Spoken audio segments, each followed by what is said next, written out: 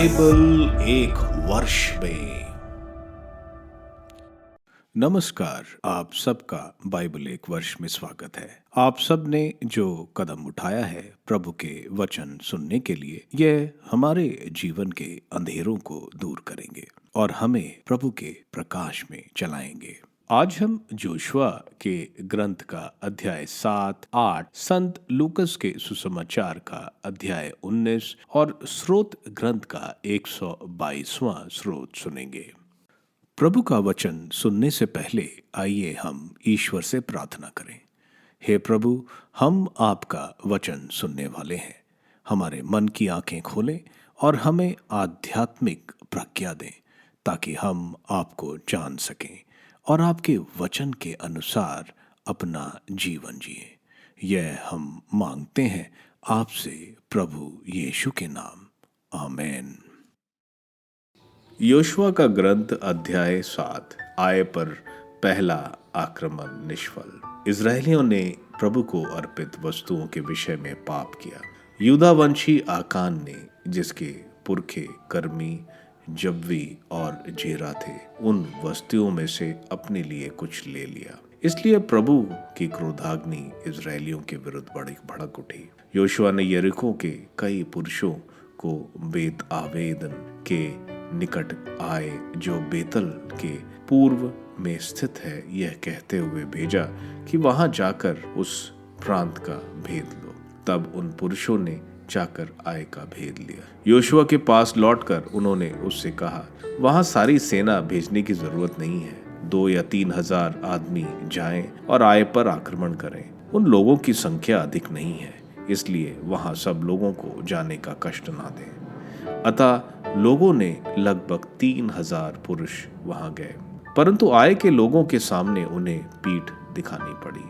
आय के लोगों ने उनमें लगभग 36 को मार डाला और नगर के फाटक के सामने से शरीब्रीम तक उनका पीछा किया और ढलान पर उन्हें मार डाला। लोगों का हृदय दहल उठा और उनका साहस टूट गया। योशुआ की प्रार्थना। योशुआ ने अपने वस्त्र फाड़े और वह इजराइल के नेता शाम तक प्रभु की मंजूषा के सामने मुंह के बल पड़े रहे। उन्होंने अपने अपने सिर पर राख डाली। योशुआ ने प्रार्थना की, हाय प्रभु मेरे स्वामी, तूने क्यों इस प्रजा को यारदन पार कर दिया? क्या तू हमें अमोरियों के हवाले कर हमारा सर्वनाश करना चाहता है? इससे तो यही अच्छा होता कि हम यारदन के उस पार ही रह गए होते। स्वामी, मैं अब क्या कहूँ? इजराइल ने अपने शत्रुओं को पीठ दिखाई। कनानी और इस देश के सब निवासी यह सुनकर हम पर टूट पड़ेंगे और पृथ्वी पर से हमारा नाम मिटा देंगे। तब तू अपने महान नाम के लिए क्या करेगा? प्रभु का उत्तर। प्रभु ने यीशुआ से कहा, उठो, तुम मुंह के बल क्यों पड़े हुए हो? इजराइल ने पाप किया है। उसने मुझे अर्पित वस्तुएं लेकर अपने को दी हुई मेरी आज्ञा भंग की। उसने चोरी की है और चोरी का माल अपने सामान में छुपा लिया। इजरायली अपने शत्रुओं का सामना नहीं कर पाएंगे। उन्हें अपने शत्रुओं के सामने से इसलिए भागना पड़ेगा कि वह स्वयं नष्ट हो जाएंगे। मैं तुम लोगों के साथ तब तक नहीं रहूंगा जब तक तुम अपने बीच में से मुझे अर्पित वस्तुएं नष्ट नहीं करोगे। उठो, लोगों को पवित्र हो जाने का आदेश दो और उनसे कहो, कल के लिए अपने को पवित्र करो, क्योंकि प्रभु इजराइल का ईश्वर यह कहता है, इजराइल, मुझे अर्पित वस्तुएं तुम्हारे पास है। जब तक तुम उन्हें नहीं हटा दोगे तब तक अपने शत्रुओं का सामना नहीं कर पाओगे। इसलिए कल सवेरे अपने अपने वंश के क्रम के अनुसार उपस्थित हो जाओ। प्रभु द्वारा निर्दिष्ट वस्तुएं अपने कुलों के क्रम से सामने आएंगे। प्रभु द्वारा निर्दिष्ट कुल अपने घरों के क्रम के सामने आएंगे। प्रभु द्वारा निर्दिष्ट घराने के पुरुष एक एक कर सामने आएंगे। जिसके पास प्रभु को अर्पित वस्तुएं मिलेंगी, उसे और उसका सब कुछ आग में जलाया जाएगा, क्योंकि उसने प्रभु की आज्ञा भंग कर इजराइल में अशोभनीय कार्य किया है। दोषी व्यक्ति को दंड। दूसरे दिन बड़े सवेरे योशुआ ने इजरायलियों के वंशों को क्रम से अपने पास बुलाया। यूदा वंश का निर्देश किया गया। इसके बाद उसने यूदा के कुलों को पास बुलाया तो जेरा कुल का निर्देश किया गया। फिर उसने जेरा कुल के घराने को एक एक कर अपने पास बुलाया और जबी का निर्देश किया गया। फिर उसने उस घराने के पुरुषों को एक एक कर अपने पास बुलाया और आकान का निर्देश किया। उसके पुरखे यूदा वंशी के कर्मी जबी और जरा थे। तब योशुआ ने आकान से कहा, बेटा, प्रभु इज़राइल के ईश्वर की महिमा और स्तुति गान करो। मुझे सच सच कहो कि तुमने क्या किया, मुझसे कुछ नहीं छुपाओ। आकान ने योशुआ को उत्तर दिया, मैंने सचमुच प्रभु इज़राइल के ईश्वर के विरुद्ध अपराध किया है। मैंने ये किया था, मैंने लूट के माल में शिनार देश का एक सुंदर वस्त्र, 200 चांदी शेकल और 50 शेकल की सोने की ईंट देखी। मेरे मन में लालच उत्पन्न हुआ और मैंने उन्हें रख लिया। वे मेरे तंबू के भीतर जमीन में गड़े हैं, चांदी सबसे नीचे है। इस पर योशुआ ने दूतों को भेजा। वे दौड़ते हुए तंबू पहुंचे और वे वस्तुएं सचमुच तंबू के नीचे गड़ी पाई गई। चांदी सबसे नीचे थी। उन्होंने उन वस्तुओं को तंबू से निकालकर योशुआ और सभी इजरायलियों के पास लाकर प्रभु के सामने रख दिया। इसके बाद योशुआ सभी इजरायलियों के साथ जेरा के पुत्र आकान को लेकर और चांदी, वस्त्र और सोने की ईंट, उसके पुत्र पुत्रियां, उसके गाय, गधे, भेड़ें, उसका तंबू और उसका अन्य सब कुछ लेकर आकोर की घाटी में पहुंचा। योशुआ ने कहा, तुमने हमें विपत्ति का शिकार क्यों बनाया? प्रभु आज तुम पर विपत्ति डाले। तब सब इजरायलियों ने पत्थर फेंक फेंक कर उन्हें मार डाला। पत्थरों से मार डालने के बाद उन्होंने उनको आग में जला दिया। फिर उसके ऊपर उन्होंने पत्थरों का एक बड़ा ढेर लगा दिया जो आज तक वहां पड़ा है। तब प्रभु का महाकोप शांत हुआ, इसलिए आज तक वह स्थान आकोर की घाटी कहलाता है। योशुआ का ग्रंथ अध्याय 8, आय पर आक्रमण का आदेश। इसके बाद प्रभु ने योशुआ से कहा, तुम मत डरो और नहीं घबराओ। सब योद्धाओं को साथ लेकर आय पर आक्रमण करो। देखो, मैंने आय के राजा को, उसकी प्रजा, उसके नगर और उसके देश को तुम्हारे हाथ दिया है। आय और उसके राजा के साथ वैसा ही व्यवहार करो जैसा तुमने यरीहो और उसके राजा के साथ किया। हाँ, तुम वहाँ की लूट का माल और वहाँ के पशु अपने लिए ले जा सकते हो। तुम नगर के पीछे घात लगाओ। आय पर अधिकार पाने की युक्ति। योशुआ उठा और उसने सब सैनिकों के साथ लेकर आय की ओर कूच किया। योशुआ ने 30,000 वीर योद्धाओं को चुना और उन्हें रात में वहां भेज दिया। उसने उन्हें यह आदेश दिया, ध्यान से सुनो, तुम नगर के पीछे घात लगाकर बैठो। नगर से बहुत दूर नहीं रहो, तैयार रहो। इधर मैं और मेरे साथी के सब लोग नगर की ओर प्रस्थान करेंगे। जब वे लोग पहले की तरह हम पर टूट पड़ेंगे तो हम उनके सामने से पीछे हटने लगेंगे। इस पर वे हमारा पीछा करेंगे। हम उन्हें नगर के बाहर दूर तक खींच ले आएंगे। जब हम उनके सामने से पीछे हट जाएंगे तो वे सोचने लगेंगे कि हम पहले की तरह उनके सामने से भाग रहे हैं। तब तुम अपने छिपने के स्थान से निकलकर नगर पर अधिकार कर लोगे, क्योंकि प्रभु तुम्हारा ईश्वर उसे तुम्हारे हाथ दे देगा। तुम नगर को अपने अधिकार में करने के बाद उसमें आग लगा दोगे, जैसा कि प्रभु ने आज्ञा दी है। यह तुम्हारे लिए मेरा आदेश है। यह कहकर योशुआ ने उन्हें भेज दिया। वह घात लगाकर आय के पश्चिम में बेतल और आय के बीच छिप गए। योशुआ रात में लोगों के साथ रहा। योशुआ बड़े सवेरे उठा। उसने सैनिकों का निरीक्षण किया और इज़राइल के नेताओं के साथ उनके आगे चलता हुआ आय की ओर प्रस्थान किया। वह सब योद्धाओं के साथ नगर के पास पहुंचा और आय के उत्तर में पड़ाव डाला। उनके और आय के बीच खड्ड था। उसने लगभग 4,000 आदमियों को बेतल और आय के बीच नगर की पश्चिमी दिशा में घात में बैठा दिया।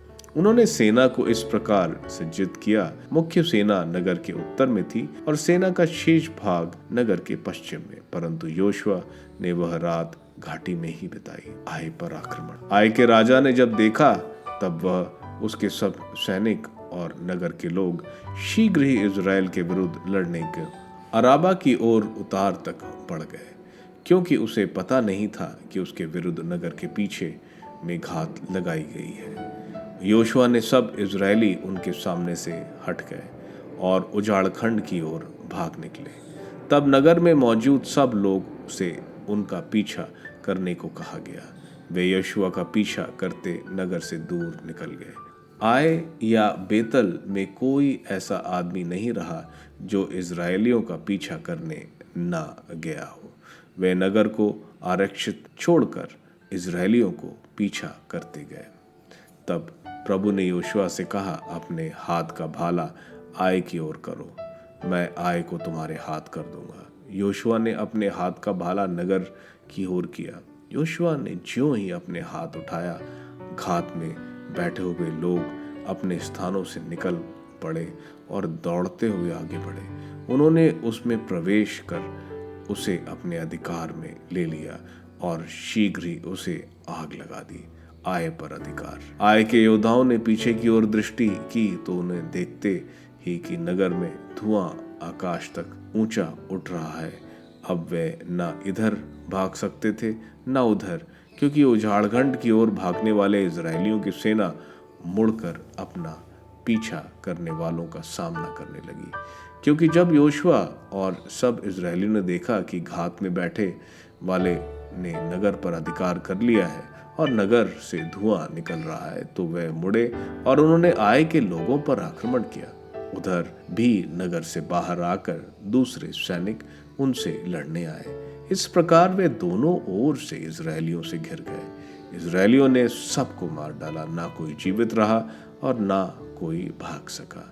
पर उन्होंने आय के राजा को जीवित पकड़ लिया और उसे योशुआ के पास ले आए। आय का पूर्ण संहार। जब इज़राइलियों ने निर्जन स्थान के खुले मैदान में, जहां उन्होंने उनका पीछा किया था, आय के सब योद्धाओं को मार डाला और जब सभी उनकी तलवार की भेंट चढ़ गए, तब सब इज़राइलियों आय में घुसे और उसके सब निवासियों को तलवार के घाट उतार दिए। उस दिन 12,000 पुरुष और स्त्री आय के सब निवासी मार डाले गए। जब तक आय के निवासियों का पूर्ण संहार नहीं हो गया, तब तक योशुआ ने अपने हाथ में उठाया हुआ भाला नहीं झुकाया। इज़राइलियों ने प्रभु द्वारा योशुआ को दी गई आज्ञा के अनुसार केवल पशुओं और उस नगर की लूट अपने पास रखी। योशुआ ने आय को जलाकर सदा के लिए खंडरों का ढेर बना दिया। वह आज तक वैसे ही स्थित है। आय का राजा शाम तक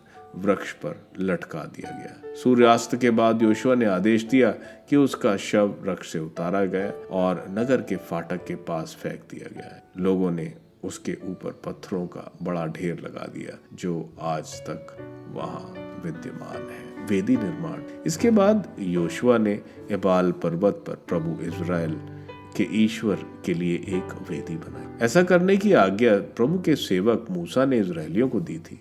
जैसा कि मूसा की संहिता के ग्रंथ में लिखा है, उन्होंने ऐसे पत्थरों से, जिन पर छेनी नहीं चलाई गई थी, एक वेदी बनाई और उस पर प्रभु को होम बलि तथा शांति बलियां चढ़ाई। योशुआ द्वारा संहिता का पाठ। इसके बाद उसने वहां के पत्थरों पर इज़राइलियों के सामने मूसा द्वारा लिखित संहिता की प्रतिलिपि अंकित की।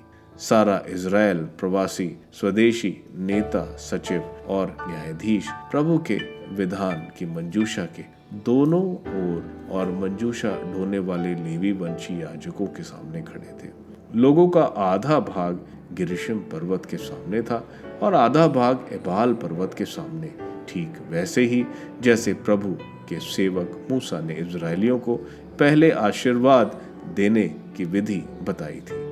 इसके बाद उसने संपूर्ण संहिता के शब्द, आशीर्वाद और अभिशाप ठीक उसी रूप में पढ़ सुनाए जिस रूप में वे संहिता के ग्रंथ में लिखे हुए थे। मूसा द्वारा बताई गई सब बातों में एक भी बात ऐसी नहीं थी जिसे योशुआ ने सारे इज़राइली समुदाय, स्त्रियों, बच्चों और उनके साथ रहने वाले प्रवासियों के सामने न पढ़ा हो। संत लूकस का अध्याय 19। नाकेदार जक्कैयुस। ईसा यरीको में प्रवेश कर आगे बढ़ रहे थे। जक्कैयुस नामक एक प्रमुख और धनी नाकेदार यह देखना चाहता था कि ईसा कैसे हैं, परंतु वह छोटे कद का था, इसलिए वह भीड़ में उन्हें नहीं देख सका। वह आगे दौड़कर ईसा को देखने के लिए एक गुलर के पेड़ पर चढ़ गया, क्योंकि वह उसी रास्ते से आने वाले थे। जब ईसा उस जगह पहुंचे तो उन्होंने आंखें ऊपर उठाकर जक्कैयुस से कहा, जक्कैयुस, जल्दी नीचे आओ, क्योंकि आज मुझे तुम्हारे यहाँ ठहरना है। उसने तुरंत उतरकर आनंद के साथ अपने यहाँ ईसा का स्वागत किया। इस पर सब लोग यह कहते हुए भुनभुनाते रहे, वे एक पापी के यहाँ ठहरने गए। जक्कैयुस ने दृढ़ता से प्रभु से कहा, प्रभु देखिए, मैं अपनी आधी संपत्ति गरीबों को दूंगा, और मैंने जिन लोगों के साथ किसी बात में बेईमानी की है उन्हें उसका चौगुना लौटा दूंगा। ईसा ने उससे कहा, आज इस घर में मुक्ति का आगमन हुआ है, क्योंकि यह भी इब्राहिम का बेटा है। जो खो गया था, मानव पुत्र उसी को खोजने और बचाने आया है। अशरफियों का दृष्टांत। जब लोग ये बातें सुन रहे थे तो ईसा ने एक दृष्टांत भी सुनाया, क्योंकि ईसा को यरूशलेम के निकट पाकर वे यह समझ रहे थे कि ईश्वर का राज्य तुरंत प्रकट होने वाला है। उन्होंने कहा, एक कुलीन मनुष्य राजपद प्राप्त कर लौटने के विचार से दूर देश चला गया। उसने अपने 10 सेवकों को बुलाया और उन्हें एक एक अशर्फी देकर कहा, मेरे लौटने तक व्यापार करो। उसके नगर निवासी उससे बैर करते थे और उन्होंने उसके पीछे एक प्रतिनिधि मंडल द्वारा कहला भेजा कि हम नहीं चाहते कि वह मनुष्य हम पर राज्य करे। वह राजपद पाकर लौटा और उसने जिन सेवकों को धन दिया था उन्हें बुलवा भेजा और ये जानना चाहा कि प्रत्येक ने व्यापार में कितना कमाया है। पहले ने आकर कहा, स्वामी, आपकी एक अशर्फी ने 10 अशर्फियां कमाई हैं। स्वामी ने उससे कहा, शाबाश भले सेवक, तुम छोटी से छोटी बातों में ईमानदार निकले, इसलिए तुम्हें 10 नगरों पर अधिकार मिलेगा। दूसरे ने आकर कहा, स्वामी, आपकी एक अशर्फी ने 5 अशर्फियां कमाई हैं। और स्वामी ने उससे कहा, तुम्हें 5 नगरों पर अधिकार मिलेगा। अब तीसरे ने आकर कहा, स्वामी देखिए, ये है आपकी अशर्फी। मैंने इसे एक अंगोछे में बांध रखा था। मैं आपसे डरता था क्योंकि आप कठोर हैं। आपने जो जमा नहीं किया उसे आप निकालते हैं और जो नहीं बोया उसे लुनाते हैं। स्वामी ने उससे कहा, दुष्ट सेवक, मैं तेरे ही शब्दों से तेरा न्याय करूंगा। तू जानता था कि मैं कठोर हूँ। मैंने जो जमा नहीं किया मैं उससे निकालता हूँ और जो नहीं बोया उसे लुनाता हूँ। तो तूने मेरा धन महाजन के यहाँ क्यों नहीं रख दिया? तब मैं लौटकर उसे सूद के साथ वसूल कर लेता। और स्वामी ने वहां उपस्थित लोगों से कहा, इससे वह अशर्फी ले लो जिसके पास 10 अशर्फियां हैं, उसी को दे दो। उन्होंने उससे कहा, स्वामी, उसके पास तो 10 अशर्फियां हैं। मैं तुमसे कहता हूं, जिसके पास कुछ है उसको और दिया जाएगा, लेकिन जिसके पास कुछ नहीं है उससे वह भी लिया जाएगा जो उसके पास है। और मेरे बैरियों को, जो ये नहीं चाहते थे कि मैं उन पर राज्य करूं, इधर लाकर मेरे सामने मार डालो। इतना कहकर ईसा यरूशलेम की ओर आगे बढ़े। यरूशलेम में ईसा का प्रवेश। जब ईसा जैतून नामक पहाड़ के समीप बेदेश और बेदिनिया के निकट पहुंचे तो उन्होंने 2 शिष्यों को यह कहते हुए भेजा, सामने के गांव जाओ, वहां पहुंचकर तुम एक बछड़ा बंधा हुआ पाओगे जिस पर अब तक कोई नहीं सवार हुआ है। उसे खोलकर यहाँ ले आओ।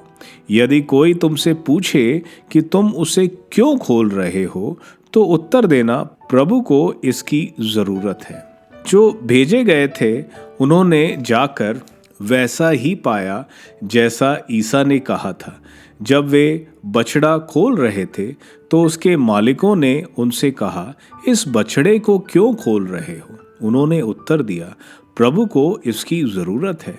वे बछड़ा ईसा के पास ले आए और उस बछड़े पर अपने कपड़े बिछाकर उन्होंने ईसा को उस पर बिठाया। ज्यों ज्यों ईसा आगे बढ़ते जा रहे थे, लोग रास्ते पर अपने कपड़े बिछाते जा रहे थे।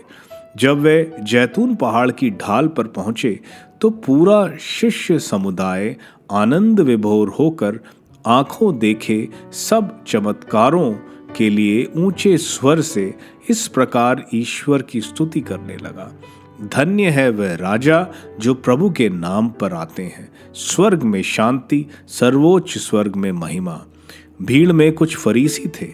उन्होंने ईसा से कहा, गुरुवर, अपने शिष्यों को डांटिए।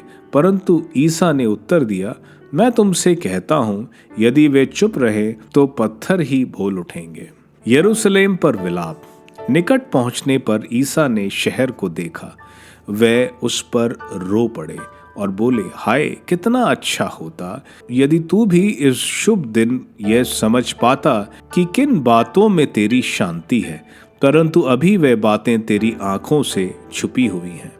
तुझ पर वे दिन आएंगे जब तेरे शत्रु तेरे चारों ओर मोर्चा बांधकर तुझे घेर लेंगे, तुझ पर चारों ओर से दबाव डालेंगे, तुझे तेरे अंदर रहने वाली तेरी प्रजा को मटिया मेट कर देंगे और तुझ में एक पत्थर पर दूसरा पत्थर पड़ा नहीं रहने देंगे, क्योंकि तूने अपने प्रभु के आगमन की शुभ घड़ी को नहीं पहचाना।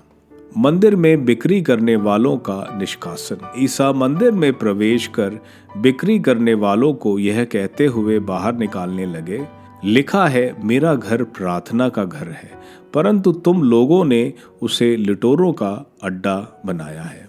मंदिर में शिक्षा। वे प्रतिदिन मंदिर में शिक्षा देते थे। महायाजक, शास्त्री और जनता के नेता उनके सर्वनाश का उपाय ढूंढ रहे थे, परंतु उन्हें नहीं सूझ रहा था कि क्या करें, क्योंकि सारी जनता बड़ी रुचि से उनकी शिक्षा सुनती थी। स्रोत ग्रंथ स्रोत 122। यरूशलेम की स्तुति। तीर्थ यात्रा का एक गीत दाऊद का। मैं यह सुनकर आनंदित हो उठा, आओ हम ईश्वर के मंदिर चले। यरूशलेम, अब हम पहुंचे हैं, हमने तेरे फाटकों में प्रवेश किया है। एक सुसंगठित नगर के रूप में यरूशलेम का निर्माण हुआ है। यहाँ इज़राइल के वंश, प्रभु के वंश आते हैं। वे ईश्वर का स्तुतिगान करने आते हैं, जैसा कि इज़राइल को आदेश मिला है। यहाँ न्याय के आसन, दाऊद के वंश के आसन संस्थापित हैं। यरूशलेम के लिए शांति का यह वरदान मांगो, जो तुझको प्यार करते हैं वे सुखी हों। तेरी चार दीवारी में शांति बनी रहे, तेरे भवनों में सुरक्षा हो। मेरे भाई और मित्र यहाँ रहते हैं, इसलिए कहता हूँ तुझ में शांति बनी रहे। हमारा प्रभु ईश्वर यहाँ निवास करता है, इसलिए मैं तेरे कल्याण की मंगल कामना करता हूँ। योशुआ के अध्याय 7 में हम देखते हैं इज़राइल एआई को कब्जा करना चाहते हैं, ताकि वे उत्तर और दक्षिण के इलाके का जोड़ तोड़ दें और फिर उत्तर और दक्षिण के इलाके पर कब्जा करें। हम देखते हैं पहली बार इज़राइल कानान देश में हार का सामना करते हैं।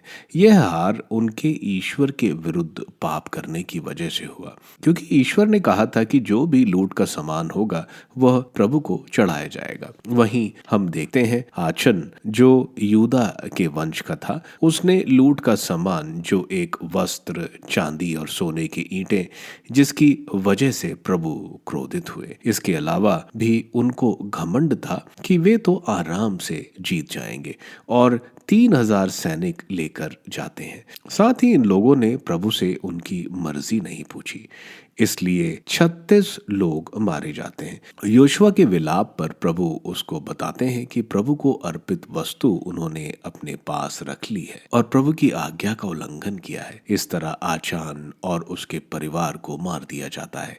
परिवार को इसलिए मारा जाता है क्योंकि वह भी पाप के सहभागी थे, क्योंकि उनके तंबू में ही वचन ने ये गाड़ा था।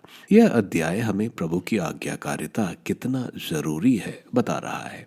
योशुआ के अध्याय 8 में हम देखते हैं प्रभु योशुआ को बताते हैं कि किस तरह से एआई पर आक्रमण करना है। इस बार इजरायली प्रभु के बताए तरीके से एआई पर हमला करते हैं। एआई एक बड़ा शहर था जिसमें महल, मंदिर और अच्छे स्तर के घर थे। इस युद्ध में प्रभु के बताए अनुसार एक टुकड़ी एम्बुश में एआई और बेथल के बीच बैठी, दूसरी सामने से एआई पर आक्रमण करने का दिखावा करती है। एआई की सेना जब इजराइल की सेना के पास आई तो इजराइल की सेना भाग गई जैसे पिछली बार भागी थी। एआई की सेना उनका पीछा करती है और शहर से बाहर उनका पीछा करते निकलती है। इसी दौरान एम्बुश वाली जो टुकड़ी है वह शहर में घुस जाती है और पूरे शहर को आग लगा देती है। यह एआई की सेना का मनोबल तोड़ देती है। वे दोनों तरफ से घेर लिए गए और खत्म कर दिए जाते हैं। एआई के राजा को भी मार दिया गया जैसे प्रभु ने कहा था। योशुआ ने अपना भाला उठाए रखा जब तक इजराइल जीता नहीं। आगे हम देखते हैं जैसे मूसा ने कहा था इबोल के पहाड़ पर ईश्वर के लिए बलि चढ़ाई जाएगी। वहां पत्थरों पर मूसा द्वारा संहिता लिखी गई। इबोल पहाड़ पर रूबन, गाद, एशर, जबुलैन, डैन और नफ्ताली वहां से अभिशाप बोलेंगे और गेरिज़म पहाड़ी से लेवी, यूदा, इश्कार, योसेफ और बेंजामिन संहिता का पालन करने पर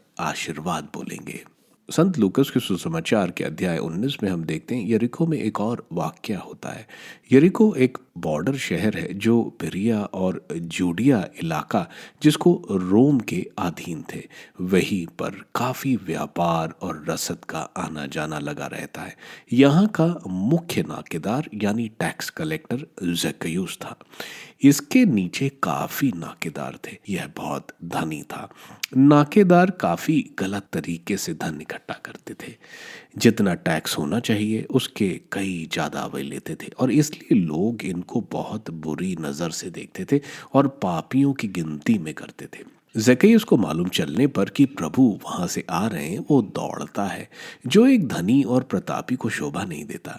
दौड़कर प्रभु को देखने के लिए सिगमोर के पेड़ पर चढ़ जाता है। प्रभु ज़क्कैयुस को देख लेते हैं और उसको नीचे बुलाते हैं और कहते हैं आज प्रभु ज़क्कैयुस के घर रुकेंगे।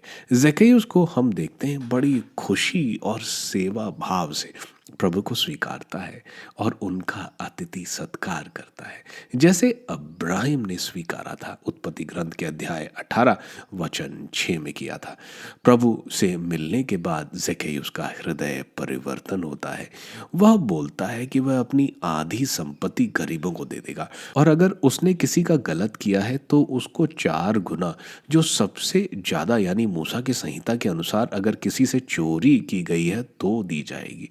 ज़क्कैयुस का पश्चाताप और प्रभु पर समर्पण देखकर प्रभु बहुत सुंदर बात बोलते हैं कि ज़क्कैयुस जो कि इब्राहिम की संतति था, खो गया था, अब मिल गया है। यह एक चीज और बताता है कि पीछे हमने देखा था प्रभु ने कहा था कि धनी का बचना मुश्किल है, लेकिन वहां उस धनी ने प्रभु को नहीं स्वीकारा था। यहाँ ज़क्कैयुस जो धनी था और पश्चाताप और प्रभु को स्वीकारने पर बचाया जाता है। प्रभु धनी, गरीब, पापी सबको बचाने आए हैं। आगे हम देखते हैं प्रभु यरूशलेम के नजदीक है। शिष्य समझते हैं अभी ईश्वर का राज्य आ जाएगा, लेकिन ईश्वर का राज्य जब प्रभु स्वर्ग से दूसरी बार आएंगे तब आएगा। प्रभु यहाँ दृष्टांत बता रहे हैं। यहाँ कुलीन यानी अच्छा मनुष्य, नोबलमैन प्रभु खुद है। दूर देश प्रभु के पुनरुत्थान के बाद स्वर्ग में जाने को बताया गया है। वापसी प्रभु का दूसरा आगमन के बारे में है। अशर्फी प्रभु ने जो हमें आत्मिक तोहफे और आशीर्वाद दिए हैं। अशर्फी जिनको दी गई है वो हम क्रिस्ती हैं जिनको प्रभु ने आशीर्वाद दिया है। भले सेवक वे हैं जिन्होंने सुसमाचार को दूसरों में फैलाया है और नगर अनंत जीवन के उपहार है। वो सेवक जो अशर्फी को अंगोछे में बांधता है वो है जो प्रभु द्वारा दिए गए आत्मिक वरदानों का इस्तेमाल नहीं करते और प्रभु का सुसमाचार दूसरों को नहीं देते। नागरिक जो राजा को नहीं मानते वे वो यहूदी और अन्य लोग हैं जो प्रभु को ठुकराते हैं, प्रभु के सुसमाचार को ठुकराते हैं। इसलिए प्रभु ने हमें जो वरदान दिए हैं हमें उसका इस्तेमाल करना चाहिए और प्रभु का सुसमाचार दूसरों को देना चाहिए। इसके बाद प्रभु यरीको छोड़कर यरूशलेम की तरफ चले। यरीको समुद्र तल से नीचे की गहराई में है, वहीं यरूशलेम 2300 फीट ऊपर है, इसलिए काफी चढ़ाई चढ़नी पड़ेगी। अब यह हफ्ता प्रभु के जीवन का आखिरी हफ्ता है और उनके 3 साल के प्रचार का अंत। यह समय पास्का के त्योहार का समय था, जब पूरा यरूशलेम तीर्थ यात्रियों से भरा हुआ था। पास्का का पर्व अवीव के महीने के 14वें दिन मनाया जाता है। 10वें दिन यहूदी बलि का मेमना अपने घर लाते हैं। प्रभु यरूशलेम में 10वें दिन प्रवेश करते हैं, यानी ईश्वर का मेमना। प्रभु यहाँ 2 शिष्यों को बोलते हैं, जाकर एक बछड़े को लेके आओ और जिस पर कोई चढ़ा नहीं। शिष्य वैसा ही करते हैं और वे एक गधे को लेकर आते हैं। प्रभु उस पर बैठकर यरूशलेम में प्रवेश करते हैं, जैसा कि जकारिया के ग्रंथ अध्याय 9 वचन 9 में लिखा है। सारे लोग अपने कपड़े बिछाकर उनके राजस्व को स्वीकार कर रहे थे, क्योंकि सब लोगों ने प्रभु के महान कार्य सुन रखे थे। वहीं यह सब देखकर शिष्य भी आनंद में पुकारते हैं, धन्य है वह राजा जो प्रभु के नाम पर आते हैं। स्वर्ग में शांति और सर्वोच्च स्वर्ग में महिमा। यह सुनकर फरीसी चुप करने को कहते हैं, क्योंकि वो मसीहा राजा की घोषणा कर रहे हैं। प्रभु उनको बोलते हैं कि वे घोषणा नहीं करेंगे तो ये पत्थर करेंगे। इस तरह फरीसी वे लोग हैं जो प्रभु जो राजा है उनको स्वीकार नहीं कर रहे। आगे हम देखते हैं, जब प्रभु नीचे उतर रहे थे, प्रभु ने यरूशलेम शहर देखा और रोते हैं, क्योंकि एडी 70 में यरूशलेम पर घोर विपत्ति आने वाली है। जब एडी 70 में यरूशलेम को रोम की सेना ध्वस्त करेगी, यरूशलेम का मंदिर तोड़ दिया जाएगा, एक भी पत्थर नहीं खड़ा रहेगा। तकरीबन 11 लाख यहूदी मारे गए और 97,000 यानी 97,000 बंदी बनाए गए और गुलामी में गए।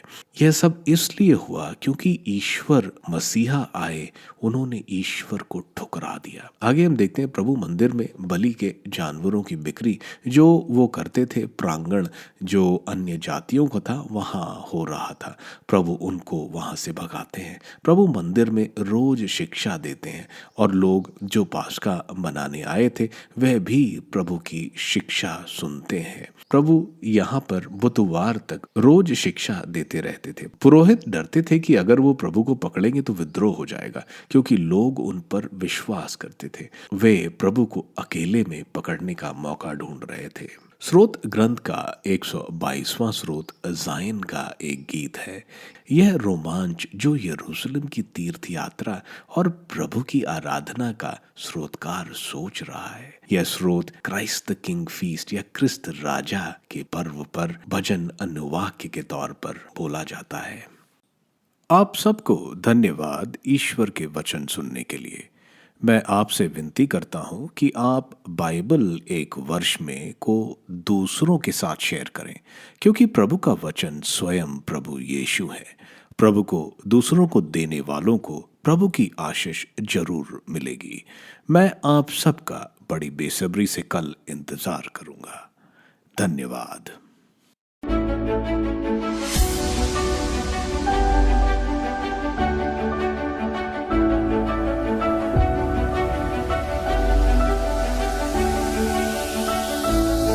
बाइबल एक वर्ष में